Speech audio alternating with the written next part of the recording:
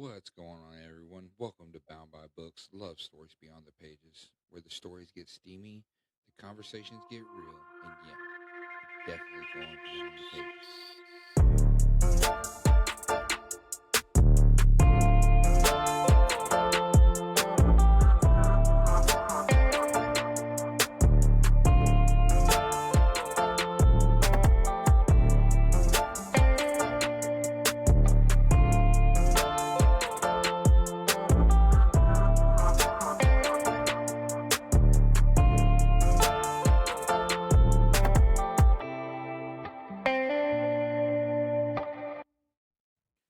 Before we get too deep into the episode, the disclaimers and the legal stuff. Listener discretion is advised. This podcast contains adult themes and is intended for listeners 18 years of age or older. The content shared on Bound by Books, Love Stories Beyond the Pages is for informational and entertainment purposes only and does not constitute medical, psychological, legal, or professional advice. Always consult with a qualified professional regarding your specific situation. By listening to this podcast, you acknowledge that the hosts, guests, and producers are not liable for any actions taken based on the information discussed. Listener discretion and personal responsibility are advised. Welcome back, everyone. I'm DeeJay. Today we have Sydney back with us, and we have another member of the book club with us, Nadine. Before we get too much into our topic today, last episode we talked about how the book club come to be and how we've started this journey, and I decided to start trying to bring in some of the moderators that we have. Nadine is our first one. So Nadine, introduce yourself real quick. Hello, I'm Nadine. I have been here since the beginning. Like they mentioned last week, there was a few of us that have been here since we were on Instagram in a text thread from college. I actually know Sydney from college. I am a tattoo artist in Central Florida, and I got into books. I'd say I started like really reading my preferred books probably 4 years ago now. And I remember I messaged Sydney because she was reading something. I can't recall what it was at the time now, but I think it was Marrow like, by Bryn Weaver ooh, and Trisha Wolfe. yes. I think that's the one. Because you really liked the cover of it. Yes. And I was like, hey, you got any other suggestions? And that's just how it snowballed to where we are now. Exactly how I was. Let me tell you, how far do you want to go down this rabbit hole? Interesting. Sydney's just been our plug for all things books. Oh my gosh. Sydney's the dope dealer of books. I gotta supply somehow, okay? I love it. The interesting part, though, was before we started recording the conversation that y'all were having about college and all that stuff and how y'all met and then kind of broke apart and something about the tattoos and an EDM concert or something like that. Yeah, so like I moved from Central Florida back up to the Panhandle to continue schooling because I was originally going for forensic anthropology with a minor in osteology, and then life happened and that stopped. But so I came back up to North Florida because the state college here has a wonderful forensic anthropology program and archaeology program. So we kind of like stopped talking. I do that with a lot of people though. And then she just randomly popped back up on my Instagram one day and I was like, you have tattoos and you like EDM now. What happened? Look like a completely different person from when I was in college. 100% then. No, but we definitely stayed following each other. I remember seeing bits here and there. And obviously I stayed watching your stuff because once you started reading books and posting about it, I was like, that's something I want to get into. I literally remember messaging her randomly on Instagram and I'm like, so I know you're busy, but I kind of want to do a long distance book club. Are you in? And she's like, heck yeah, I am in.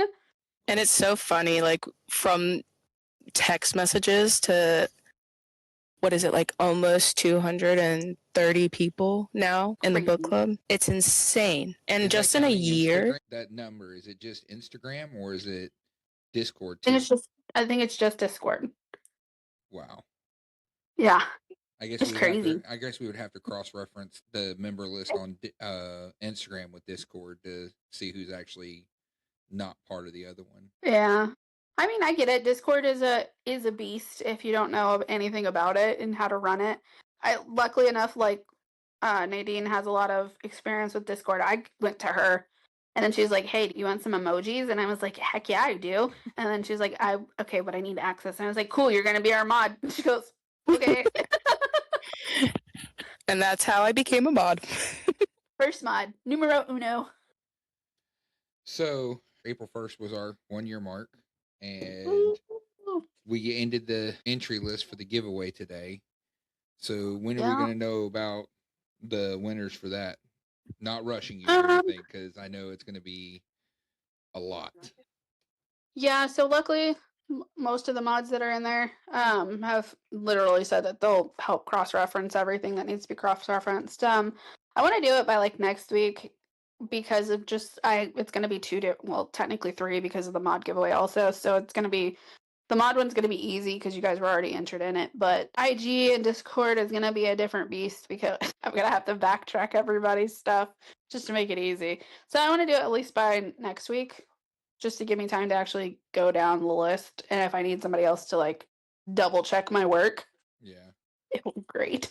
The donor list was crazy. Like just seeing how many people we actually had that who was it? You, Larissa, and Nix? Yep. And then Courtney helped with some of it. Papa Pop Tart helped with some of it. But the back end was, I literally just randomly went to Nix and Larissa one night and I was like, I don't know, kick me in the butt because I need to actually message some authors. And they were like, just freaking do it, dude. What are they going to do? Tell you no? And I was like, they might, but I have social anxiety, okay? So 23 physical book donors alone. That's crazy. That's just for the Discord one. Yeah. In total, there was at least 50, if not more, because some of them are also doing ebooks, some are doing audiobooks. It's crazy. And then the business donors for just the Discord was 12. Yeah, I love all of them so much. That was freaking awesome. So yeah, they were all wonderful. The business donors, the authors are freaking wonderful. There's a couple book boxes that are beginning to send out some book boxes to winners. They all were at. It was a plus side for being a part of the book community is that they were all just genuinely excited and happy for our milestone, but also like wanted to get their name out there. Love doing stuff to help promote themselves, but also help promote bookish related stuff. Couldn't be more thankful. I think every single donor, I kept going back and forth with them, like keeping them updated along the process because I started messaging them back at like the middle of February. Yeah, like it was the middle, close to the end of February, and that's when I was messaging everybody. And some of them were like ebooks, and I was like, okay, well, I'll reach back out with the email addresses for winners and all this stuff, and then I would send an update when I was about to post the giveaway stuff or the donor list, and every single one of them was just super excited. And I think I told them thank you so many times. They're like, you don't have to keep thanking me. And I was like, I'm gonna keep thanking you. That's just kind of how you don't understand. I'm super excited. The topic we're going to talk about this week is dark romance. We're going to dabble in that a little bit and what is considered good, questionable, why we like it in the books and not in real life. Now, before we get started in that, Sydney, we know that you're a different animal. We talked in the past episode. We know you're different. For legal purposes, it's all not okay. So let's start with this one. In your own words, define what dark romance is to you. For me, I mean, I consider dark romance more of like the taboo scenarios, but like high stake relationships. So like always have morally ambiguous characters. And then typically there's like some submissive type character that just goes along with everything. So for me, it's more high stakes, morally ambiguous. Taboo is a lot of dark romance. So I think that's what I would classify as a dark romance. What about you, Nadine? Yeah. Kind of along the same lines. I think it's very like your morally gray or morally gray characters. I think the biggest thing when I think of dark romance is trigger warnings. Yeah, because that's a big part of the community. Is like, yeah, human emotion and psychology. Yeah, is a factor into dark romance versus others. I agree with that. Yeah. Also, just very like, I guess along same thing along the lines of trigger warning, just very taboo subjects that some people, or I guess a good portion of people, are going to be uncomfortable to talk about, especially when it comes to like sex related things. People get a little bit more reserved when it comes to talking about kinks or what you like and what you don't like. So for me, dark romance really hits on those subjects. I guess for me, it's again, I'm the new one to the group, to this kind of world. But like to me, if it's not murder or something like that, it's not a dark romance. I mean, that's a It's fair that classic statement. TikTok where it's like murder, okay, cheating, absolutely not.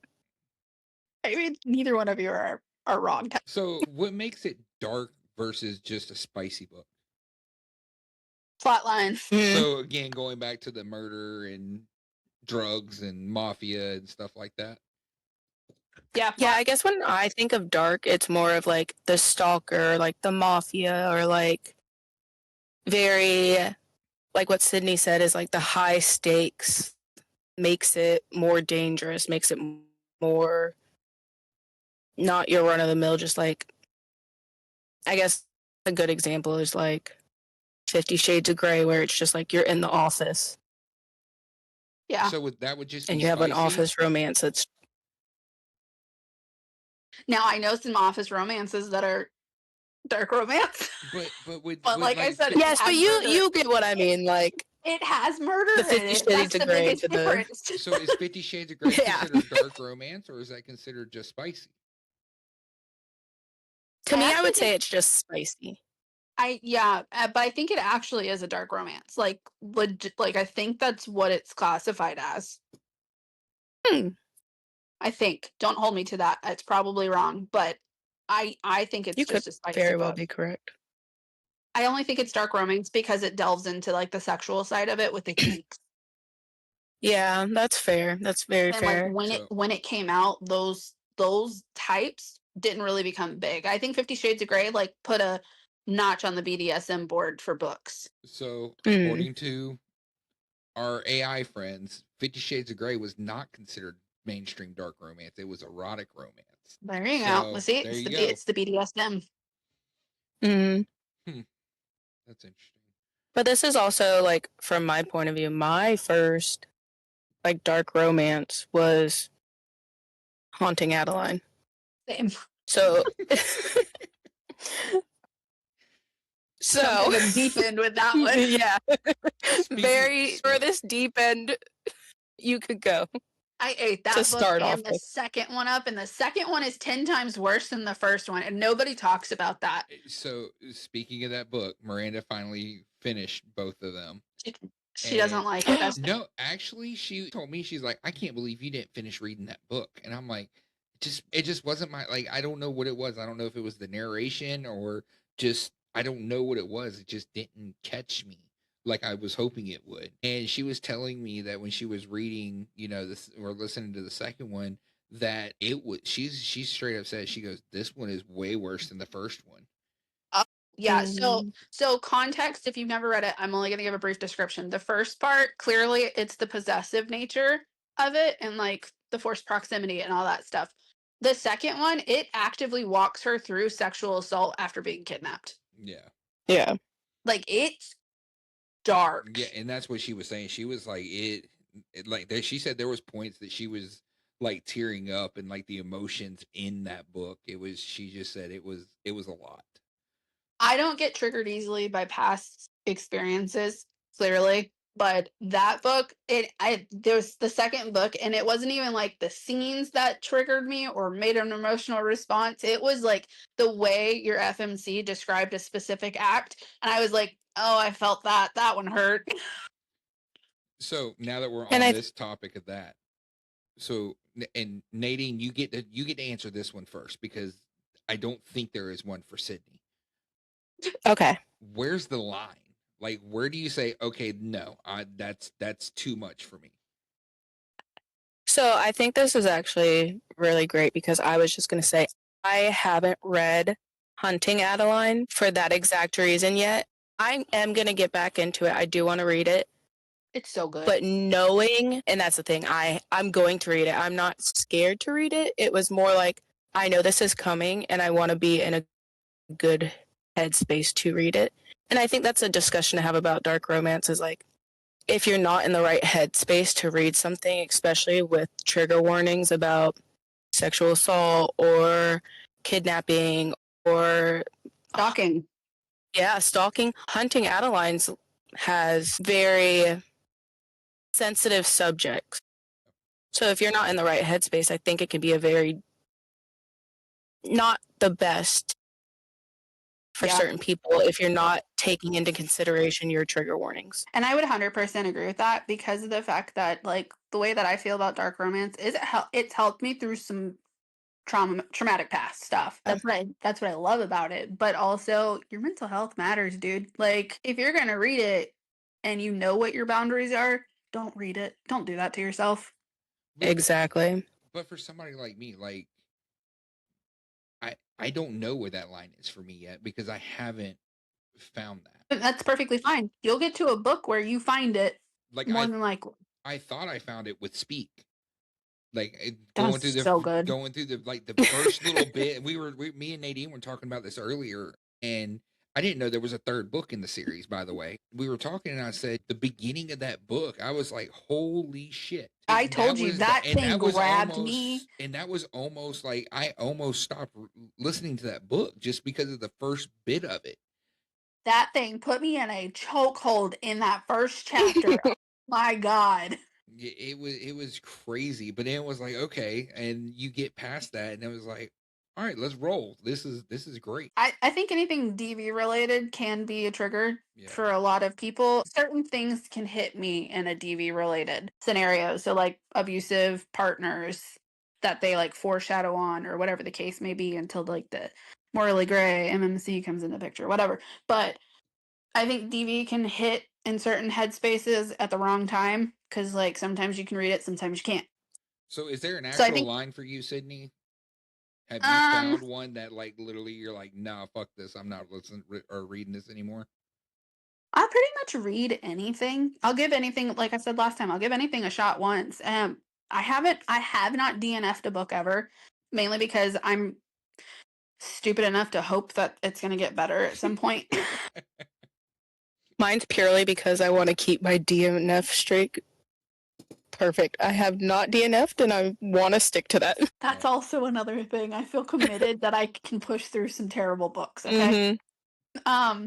But I don't think I really have hit something. Like I said, you have to be in a certain headspace for a book, and I think that's the biggest thing of why I don't have a limit. So how, because for somebody who doesn't read the trigger warning page or anything like that, I don't read it. That's what I'm getting at. Like, for somebody who doesn't read that trigger warning page, how do you know that you're in the right mindset for that book? Like I said last time, I usually like find books. I go into books blind, 100%.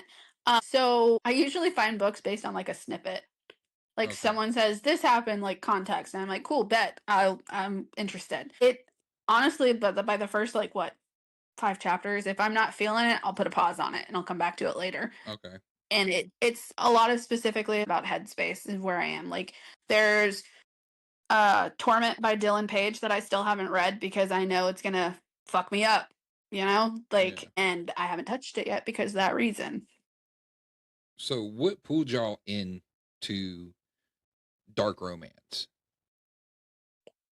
Besides Sydney, you being messed up in the brain. That's a really good question. For me, I guess like I'm never one to yuck someone's yum, and I'm very like interested in like other perspectives. I think dark romance is a very easy way to ease into some of those discussions. Like a lot of people in your real life, at least for me personally, there aren't a ton of people that are super comfortable talking about sex. Absolutely. So when you read these books, you're like, okay, so I'm not weird for liking this or I like this and that's okay. You know what I'm saying? Like you don't feel if you're talking to you're at work and you're talking to your very, and I mean no disrespect by it, but like a very vanilla person and you're talking about sex and you're like, oh yeah, the gun scene in Haunting Adeline really did it for me, and they're going to be like, what? Or the knife scene Yeah. in Lights Out. Yeah. Scene. Yeah. Yeah. Yep. So I think it's a very like palatable way to put your foot in the door of seeing like what you like and what you don't like. And kind of like what Sydney said, I haven't found anything that I'm like, okay, I can't read this, or I can't read this because this is too much, or this is that line yet. So going, with that, one of the things, and I'm trying not to ruin too much of it because I know Sydney's either still reading it or hasn't started it yet. But Game on? Yeah, I haven't started it yet because she decided not to put it on KU. So Oh no. One of the Yeah, things, I wanted to immersive read it and it's not on KU, so I'm gonna have to sit here and just listen like a heathen. I just don't have the KU version of like the actual physical book. Oh. So one of the things in it, Sydney, you know me, I'm very much not into the mail on mail stuff. Voice mod. But I actually there's some of that in Game On. It Mhm. wasn't Yeah. like, it was one of those things of like, okay, this isn't bad. Yeah, because he's bisexual, right? Yes, absolutely. Yeah. When it first happened, because you don't like, I didn't really catch on to it in Lights Out that he was. But Yeah. I don't think it was really it touched on either. But Well, I'm reading it right now, and I actually caught on to it last night because he was talking to Josh about bringing people home, and he's like, so-and-so, that's why I didn't bring Eric around or something like that. And I was like, oh, wait, he's bisexual. I didn't catch that. But when it happened in Game On, I was like, wait, hold on. Did he just say what I think he said? He wants to sword fight. We But love again, boys smut. but again, it goes back to what Nadine was saying. It is very hard to talk to people about some of this stuff. Like, even with people that I work with, we start talking about, books, and of course, being a dude reading smut books, they're like, what the hell is this? But read it for the plot, not the sput. And you want to know something? And people look at me funny when I say that, but it's 100% true. The books that I have read that or listened to, they're just, the plot line to them is great. The smut's just a little extra for it. And I think that's the thing. It's like a lot of people see these dark romance books and they're like, oh, you're reading porn. And it's like, yeah, but it's porn with a plot line. Exactly. And most of the time, it's not even like, and to be fair, there are ones that are just like, I'm listening to the sinner right now, and that's a lot. That's a lot. Oh my God. That's a lot. However, I love fair. I love him so far. Speaking of guns, I get it. I mean, have you gotten to the part with the boat? No, I haven't gotten that far yet. Oh my God, I'm just gonna say there's a chain and a boat and some drowning. Oh my God. Love it. Yeah. That escalated quickly. Okay, so like the side note, the Lord series and like the Spade Brothers, it's nothing but escalation in books. Like every book gets a little bit worse. Like just a little bit. Like compared to Riot from The Ritual and Easton from The Sinner, those are two totally different dudes. I was just gonna say, for the jump from Riot to Sin is crazy. Don't get me wrong, Riot is my man. Like Sin. And it's so funny because I'm just listening to these ones, and you see it all over TikTok. People are like, oh, the girls that like Sin scare me. And I'm like, uh-oh. I'm like, I'm really liking him. What do you mean? Wait till you get to hate. Oh, that's what I've heard. I heard Tyson is great too, though. Tyson is good, not compared to Riot and Sin, clearly, because it's so Really? so it's Riot, Sin, and then it drops down a little bit. Like, I don't think his was that crazy. Like, I don't think Tyson's was that crazy compared because of everything else in the other two. I think she dropped it a little bit. But then you get to the Spade Brothers and you're like, holy fucking shit, you won up the Lords. Yes, I'm excited. Yeah, you should be. They're really good. I think the other thing about, dark romance is it helps kind of blur the lines between fantasy and reality. Because, like, some of the stuff the wife reads, like the dragons and all, that's fantasy. yes, Yeah. it's 100% fantasy. But when you get into this stuff, like you kind of get away from, okay, this could actually happen in real life, which is kind of what brought the podcast to life, was bringing what we read in the books to life, and doing it in your personal life. And like you said, it makes it Mhm. easier to realize and go, okay, maybe I am into this, maybe I would like to try this. So And then you have me as a friend who's out here like, what do you want to do know? it. What do you want to know You about got this Sydney kink over you here might hyping you up unlock? too. You know how it's usually you have the devil on one shoulder and the angel on the other shoulder. I'm Sydney's the both devil on that is like right literally on the top of your head. Sydney's the devil that drop kicked the angel off your shoulder and is like, do it. Yeah, but do it consensually and smart. Like, And I think that's a fair thing to say. It's like, obviously, as we're talking about this, it's like we're all adults and we're all doing this very consensually. It's not like in a scary way. yeah, absolutely. And that's like, I think that's the biggest thing with dark romance is, yeah, it doesn't really have a blur of real life versus a book that you're reading, because I know people who have actually been stalked, and they can't really read stalker books because Right. it will put them back in that kind of headspace, So like, and then what me and DeeJay what I used to do for work, and then DeeJay knows the aspects of it. There's like, you have to be able to separate, and I think that's a plus side to like nurses, law enforcement, anything military, stuff like that. I think they have more of a concept of being able to detach themselves from dark romance, which I think it's more like I see more nurses and law enforcement and all that stuff that are usually reading it Maybe that's than why I don't or have a like lot. military wives. Like I don't see a lot of like Sunday school moms, Yeah. out here reading these books. So my sister-in-law come to town for Miranda's birthday this past weekend, and it's funny you say that because she like reads the kind of the same books Miranda does, and we were talking about something, and I was talking about some of the books that I've listened to, and she goes, I can't listen to that. And you said military wives, and she's a military wife and slash like churchgoer and all that stuff, and she's like, I can't bring myself to. I'm like, okay, like good for you, but I guess because I've never really read the Agatar series, I've never listened to them or read them, so in my mind, it's like, okay, all these are kind of the same. They all kind of talk about the same stuff in a way, just some's not as that morally gray area that I like. Yeah, and I think the big difference between fantasy and dark romance, I don't read a lot of fantasy clearly, so if one of you guys do, you can elaborate more. But I think the biggest difference between dark romance and fantasy is that more of the MMCs in fantasy are more along the possessive line. Like I was just gonna say.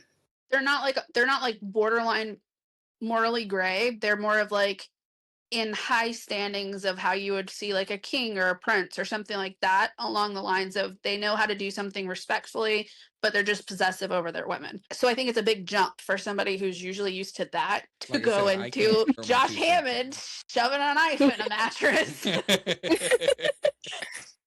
Like It's definitely it's a huge difference because I'm not big into fantasy. I guess my biggest fantasy thing is Blood and Ash, but even then I'm only on book 3 of that, and it's a huge. Do what?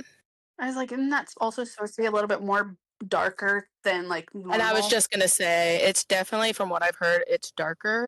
This was the point I was gonna make. He's possessive, but he's also considered like morally gray too, because he is like the dark prince in the story. Insert air quotes because that's how she said it. I did air quotes with my fingers.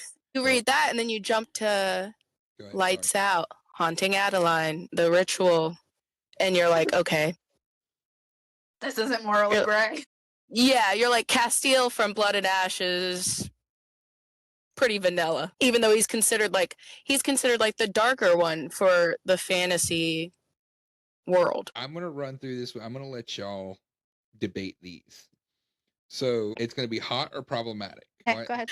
Are we saying like hot real life, or are we saying hot in a book, Let's do both. or in general? So you can Okay. say, so you can say in a book it's hot, and in real life, it's borderline problematic. I know most of it's going to be hot for Sydney, but that's just who she is, and I'm okay with that. Mhm. She's my friend, And we accept her for who she is. correct. I'm also like one of his only like full BDSM friends that he can talk to about kinks. True, but that's because I think don't- that's very fair. well, here's the deal, and the reason 'Cause is it's like- because I trust you. I know there's Yeah, some people out there who are into that stuff who really don't know what the hell they're doing, or don't know what they're talking about. They just know their Mhm. own little world. Whereas Sydney's done so much research, she could probably write her own book on this stuff. Will I? Probably. And I mean, not. it's perfect. Yeah, it is. Because it's like, you want to have that friend that you can talk to about that. And it's kind of going back to what I said earlier. It's like, most people don't have those people in their life that they can be like, hey, I like this, or hey, like, Sydney's probably the only person I know that's into BDSM That's open about compared to, that's like open about it. A lot of people don't, people could be going home to whips and chains and doing some freaky shit, but they're not going to come to work, or they're not going to go hang out with their friends and talk about it, because it's a very taboo subject, even to this day. You're not wrong. And that's the downfall. If more people talked about it, it would be more socially okay. I mean, everybody, let's be real. Sex is sex. It's kind of how like life works. Literally, that's how you create things. But So, it's Yeah. only taboo. Literally everybody you see out in public. Well, It's you know only what I mean. taboo here in the States, though. Like, if you go outside of the United States, England, France, when it comes to talking about sex and everything like that, it's not, oh my God, you're talking. It's like, heck yeah, let's talk about it. I'm that person. And even in their shows, Yeah. like a lot of their shows and stuff, if you watch a lot of their, like the British TV shows, or, things like that. Yeah, they they're- are highly sexualized. Exactly. And they don't Mhm. care. So why is that though? Why are we a country of, and I think that's one of our biggest problems with sex too, is this may be something for another episode that we can talk about, but I'm going to leave it on one thing, and it's going to be hot topic and hot take probably of this whole entire conversation. We are half Western Christianity and half other religions. And that's the biggest takeaway. Yeah. look, we will definitely have to do another episode on this topic alone, just because there is so much to talk about with that. All right, so back to the That's a hotter problematic. huge subject to talk about. All right, so hotter problematic, possessiveness. Hot. Real Hot. life and in books. Yep. You don't want to be with someone who's not. Let me take that back. I Okay, know, is at there a least line- in is my there a line with experience, that? I want to be with someone who's a little possessive. That's my girl. Yeah. There's I a mean, why line, do you though. think like motorcycle clubs and all that stuff, like most MC books stick true to it. If they're called an old lady, it's because they have ownership of her, and ownership is a beautiful thing if it's done correctly. Is there a line with it? Yes, absolutely. Narcissists yeah. draw that line for you. Okay. Yeah. The moment that you become secluded from like your friends, your family, and you feel like you're in a tough spot, that ownership becomes a different type of possession and a different type of ownership. Makes sense. And that's the perfect real world example. Is like, that's where you see that fine line of like, it's okay here, but it's not okay here. Okay. Like if I'm out and about and somebody, like we're walking and my significant other wants to grab my hand and pull me closer because some sketchy ass dude is staring, it's a fine line of ownership. It's a small gesture of ownership and small gesture of possession. There's a difference never looked with at that you that just way. not being able to go out. Yeah. See, I've always looked at that as like the protector. Yeah, Not- and not- protector not the- is not- always a not part more- of Not more of a possession thing, more of the like I said, the protector side of it. it, and it is. That is classified as a protector trait, but also if you think really hard about protector status and like protector traits, possession is one of them. You protect the things that you possess, right? Correct. So it's the same line with people. When you're in a relationship with somebody, you're going to protect somebody that you consider your own. Okay. Yeah. So jealousy. I would rather take possessiveness over jealousy any day. So hot or problematic? Problematic. Problematic, Both. like in real life. In books, I do like some jealousy. Okay, let's problematic in real life. Okay in books, but can we replace it for territorial? Ooh, What would be Yeah. the difference? I like that. Because wouldn't territorial kind of go back into possessiveness? Yeah, but so does jealousy, if you think about it. Like possessiveness, ownership, jealousy, territorial kind of all are the same thing. They're just different subgenres of each. Yeah. Yeah. It's like an umbrella. So I don't consider myself as a jealous person. I am a territorial person when it comes to my significant other. Like, I'm not going to be mad that if they want to talk or have female friends. Right. I draw the line and I'll become territorial when said female friends try to touch or hit on. Those are two different things. Okay. And I think jealousy falls into the category of not wanting to have like same or opposite gendered friends. Like, I as feel an like that's a example. big conversation within itself because it's like, this is a conversation my fiance and I have had on numerous occasions. Like, if you go out to the bar, at least for me and him, and this is our relationship, if we go out to the bar and someone's hitting on them and they buy him a drink, that's fine. Like, we see that as fine. However, they start touching on you or they get a little too close and it's like, okay, flirting, fine. You become Now territorial. I'm a little territorial. Yeah. You insert yourself in between both of them or right next to Yeah. him to stake your ownership on him. You see how it all plays out? Yeah. And it's like, you guys can be standing a good distance apart and flirting, and that's fine with me. Get your free drink. But the second you get too close and too touchy, I'm like, Yeah. Like my That's fine. idea is exactly, and my idea to it is like I think everybody should be complimented, whether it's in a flirty way or not. Like if you think someone looks nice and you think they're beautiful, tell them. It might make somebody's day, right? Mm-hmm. I'm a Gemini, so I automatically have a flirty personality. You've experienced it firsthand, Nadine. Like I haven't. Yeah. I have a flirty personality with any gender.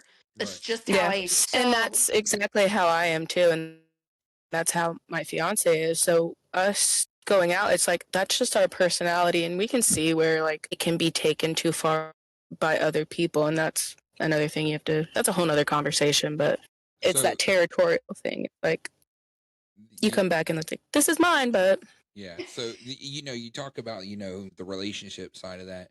When me and the wife first got together, one of the biggest things she could not stand was if I was in a drive-through, thank you, sweetheart, or thank you, man, thank you, love, or something like that. oh, your Southern hospitality, man. Yeah, I was just gonna say that's very Southern. She didn't understand that, and it was a big problem for her for many years in our marriage and our relationship. It wasn't that there was anything behind it. It was just that's who I was and that's how I am. And now it's like it doesn't bother her at all. She's come to figure out that it's not going anywhere. But well, and she's been around your family. You guys lived in this area where you basically, most of your life, but you once you're in the same area, like, and you see how you interact with other people, you can kind of pick up that that's just a mannerism you grew up with. Yeah.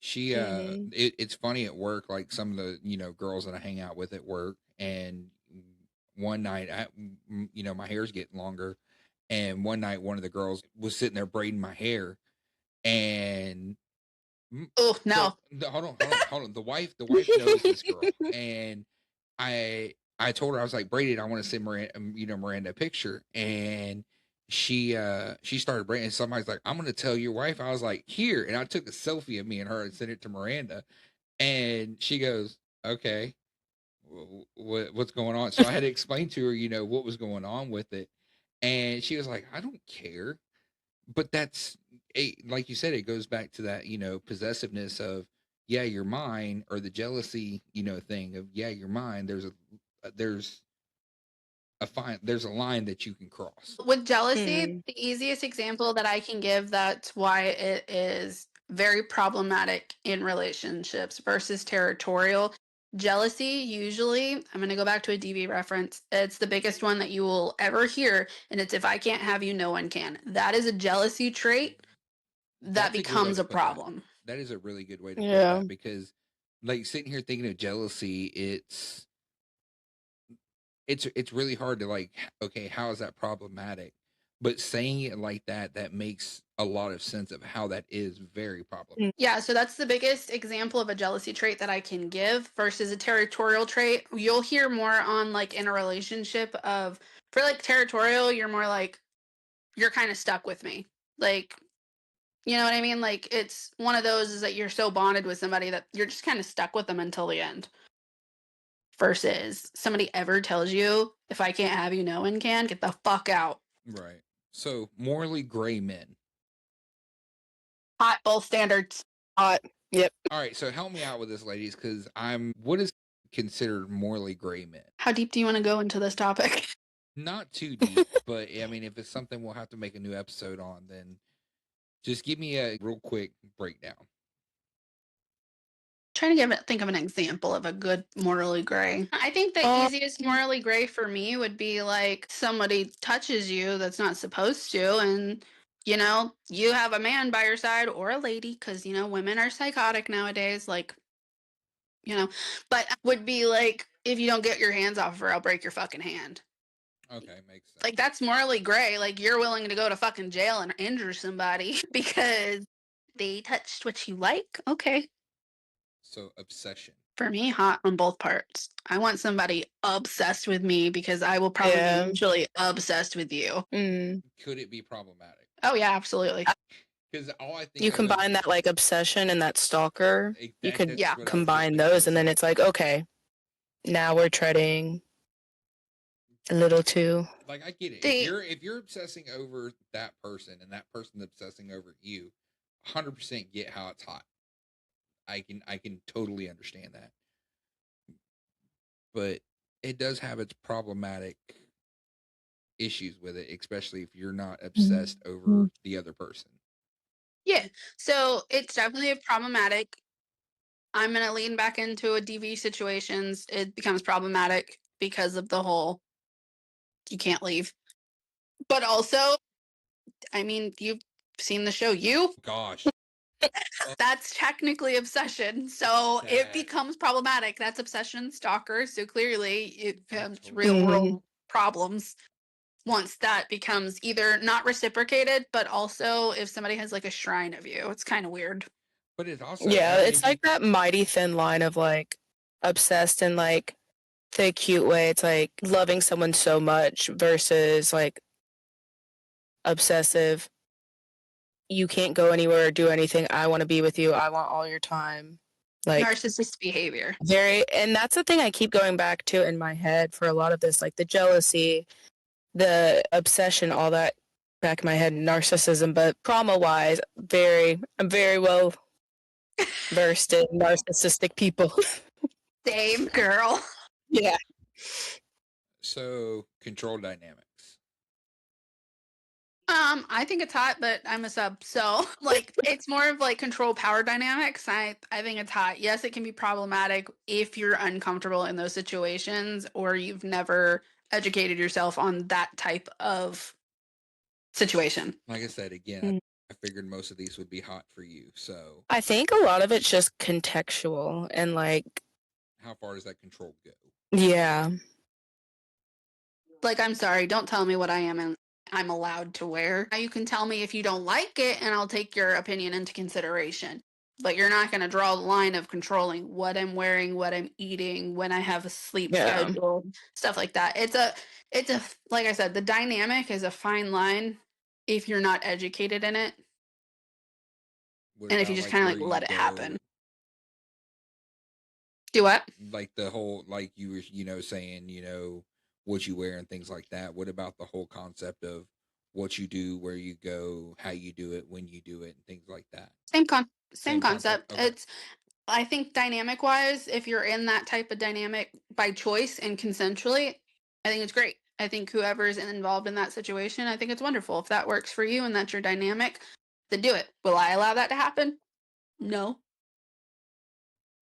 I'm too stubborn. I'm too bratty for you to tell me what the fuck to do unless I want to be told what the fuck to do. Right. Hmm? I think that's why I have issues with that concept, is because I remember growing up and, you know, having some of this going on in my life with, you know, the women in my life, my uncles, my, you know, my dad, my stepdad, and things like that. There was a lot of control dynamics that were, it was not okay in my opinion. Well, you also have to think of how they grew up, how they were raised. Yeah, So absolutely. those dynamics were very okay. Like, women were supposed to be stay-at-home moms. They were supposed to cook, clean, do everything else, and not go to work, all that stuff. Once we came into the 1900s, the later 1900s, I think that it became more realistic that women are capable of being independent. You know? So, like, more women decided, fuck that shit, I'm not doing it. Nadine, you got anything else? Oh no, it's funny because like a very recent conversation on the topic is that I didn't sign up to have to go to work a full-time job.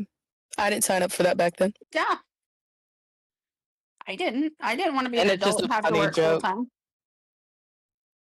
Like, I didn't What do sign up you- for these rights as a woman. What do you mean when I turned 18, I have to do adult stuff? I didn't want this. Yeah. I want to be a stay-at-home. Then I stay at home and like my whole job situation, and I've since December, and I'm just going fucking crazy. And I'm like, I have this weird work ethic that I just want to do shit all the fucking time. Yeah, I was fixing to say the only reason you're staying at home is because you don't have a job. Like, Yep. you, yeah. So, red flag or book boyfriend? He tracks your location without telling you. I mean, real life, it's a red flag. But is it hot in the books? I think it's hot both, because, like I said, I want somebody obsessed with me. So, but for normal people, it is not hot in real life. But let's be honest. If you're listening to this, you're not normal people.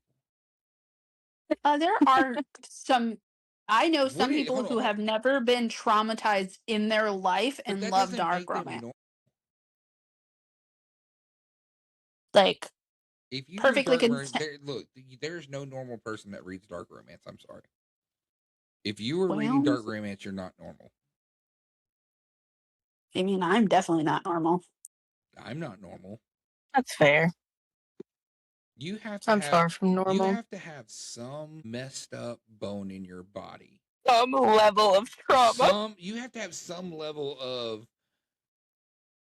I can't even trauma, like, because you can get like you know, Sydney said, you can get into this without having trauma, but there's got to be something inside of you that goes, that's cool. I mean, the easiest thing that I can think of when you say it like that is somebody has to be a little morally gray to be interested in some of the shit that happens in books. And I think the biggest thing with dark romance and like people who read it is they're books that you wish you could do half the time. Yeah. 100%. Like there are stuff that happens in books and dark romance that you're like, I've kind of daydreamed about this at least once in my life. Or you've never daydreamed about it, and then you hear it and you're like, sounds interesting. And like, yeah. You're like, this is something I could get into. And that's the thing. It's like, for instance, we'll talk Lights Out because we've mentioned it. Super hot. Love to be in that situation. Would I want it in real life? No. I'm not going to the grocery store hoping someone's going to stalk me home. But to fantasize about it, very hot. Unless it was your other half Because let's be real, Yes. you probably think that's hot. Yeah. The best part about that, though, is the fact that she asked for it in that book. I mean, technically she did.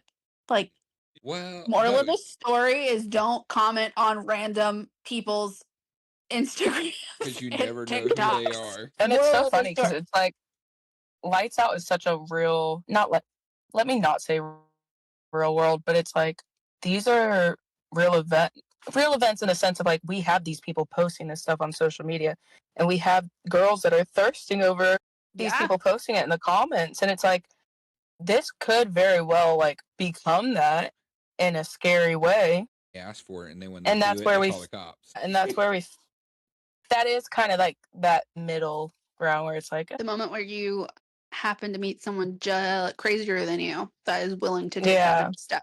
Right. It's all So fun and games until you fuck around and find out. I mean, exactly. It's like hot in the book, maybe a little less hot, maybe scary in real life. Very scary in real life. it's like the saying, stalking is when two people go for a walk and only one person knows about it. yep, it's true though. So next one, red flagger book boyfriend. He'd burn the world down. Book boyfriend, book husband, real life husband. I don't see that as a red flag in my opinion. Like, to me, that is, as a Protector. man, exactly, as a man. Yeah. Like, if you're not willing to burn the Rock the- world for your girl, for your woman, then you're not a man. I would climb heaven and earth to fuck somebody up over my wife. That's the conversation. It's like, I don't want to be with a man that can't protect me. So if you're not Like- willing to burn the world down, if something happened to me or to protect me, someone comes onto the property or whatever it may be, it's like, I want to be with him, like a man, So a protector. Going into this, me and Miranda we were out shopping or something one day, and I just so happened to notice that when we would go into a store, like I would hold the door open, but I was going into the door first. Like I would hold it open for her, but I would like be in the door first before going out. Was kind of the same concept. I would walk through the door, hold the door for her, and be the first one out the door. And I said, "Is it weird that I do it that way?" And she goes, Nope. "What?" And I explained it to her, and she goes, "No, it's you." And I thought about it. It's me. Okay, if something's going to happen when we go out this door, I want it to happen to me first. I want to be the So- first one taking on that threat. Exactly. So if you go to a restaurant, you probably sit where you're facing the door, at least one of the doors. And Yep. that is a protector stand. So like when me and my dude go out to dinner or something like that, we will fight over those spots. And sometimes I'll just let him have it. But like if I'm in a restaurant with any of my friends or anything like that, I will be the one that faces the door. And it's just because you have, what is it called?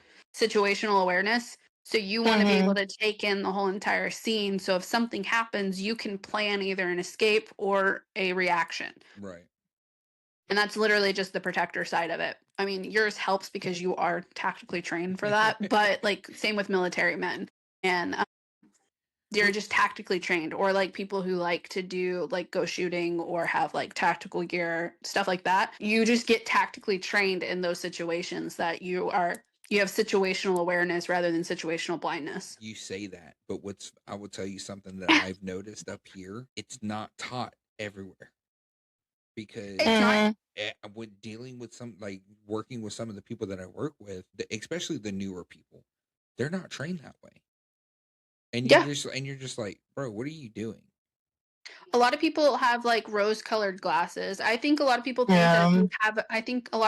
that if you have a weapon, like if you carry a gun in real life, I think people believe that that's your protection level, and it's not. You need to be situationally aware of your surroundings, and you need to be very observant as a person who carries, because things pop off when people don't realize it, and that's usually what happens. Yeah. You could be having brunch one day in a fucking mom and pop restaurant, and some shit could go down.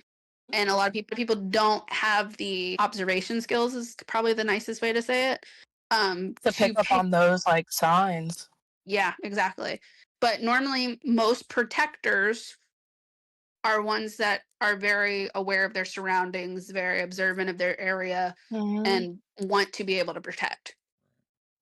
So the next one is he threatens other men. Red flag or book boyfriend? Book boyfriend? Yeah. Yeah, book boyfriend. Yeah. But if she threatens That's a other tough women, one. if she threatens other women, it can be a red flag. How is that fair though? Like, Men don't could, typically threaten other men unless they are encroaching on their territory. mm, Women will threaten other women just because close proximity, Yeah. or they feel like they're looking at somebody. And like, I have a resting bitch face. If I look at another female, some people are like, well, does she not like me? Does she want to fight? What's going on? And I'm just like, I'm just vibing, dude. So I think that's the biggest difference, is that men threatening other men, it's usually a threat because they feel the intimidation level, not intimidation, I don't really want to say that, the territorial level of a situation, versus women. I really hate to say it. A lot of women can't pick up on certain cues, I think, right.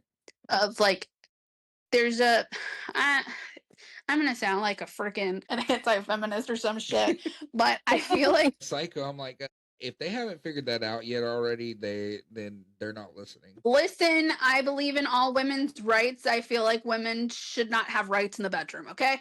But needless to say, I don't believe a lot of women aren't taught to read social cues sometimes. Like the whole saying of like a silent woman is a deadly woman Right. is a serious statement, because the more silent you are, you're more observant of things. So like in Nadine's example of them going out to a bar, clearly she can see from a distance that her spouse is getting hit on, right? The next step would be, you could threaten the female once she put hands on him, right? Like that would be a fine understanding, but that's the same concept of men doing it the same way. Yeah, I think it's very situational. I guess my brain goes back to being at a bar one time, and me and my friends, me and the girlfriends in the group, were at the bar, and it was during COVID, and it was in the Keys, which was, it's Florida. It was very much not as safe COVID-wise. Terrible. And this guy was I've being been in very those bars. nasty. Yeah. This guy was being very nasty, very rude, like cussing at us. And my boyfriend at the time, was like, back up. You're doing too much. And I specifically remember one of the other girls' boyfriend just like shut down and wanted nothing to do with it, didn't want to fight. And I was like, so I wouldn't say my fiance threatened him, but he was like, hey, you're going to have to stop, or we're going to have to do something about this. Was it Rick's? No, it was actually the 7 Mile Grill with the pool. I just pictured Rick's in my head as soon as you said it. Now, don't get me wrong, I will threaten anybody. So, yeah, like, if you're encroaching on a situation, or you are being a problem in a situation, man, woman, freaking unicorn, I will threaten anybody. See, that's why. Yeah. That's why, as a guy, you can't take Sydney out with you, because Nope. if you're in a relationship and some chick starts hitting on you, Sydney's going to jump in and be like, "Bitch, you need to back off." I will be your fake wife for the minute. Yeah.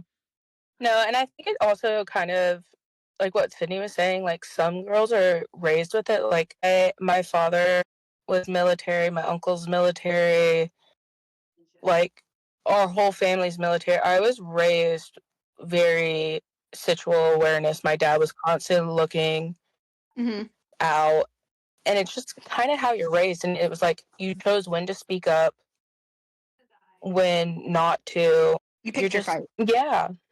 Yeah, because my aunt is like, I have former correctional officers in the family. My mom was a single mom. So, like, it's one of those, is that I was taught to be situationally aware and observe your surroundings.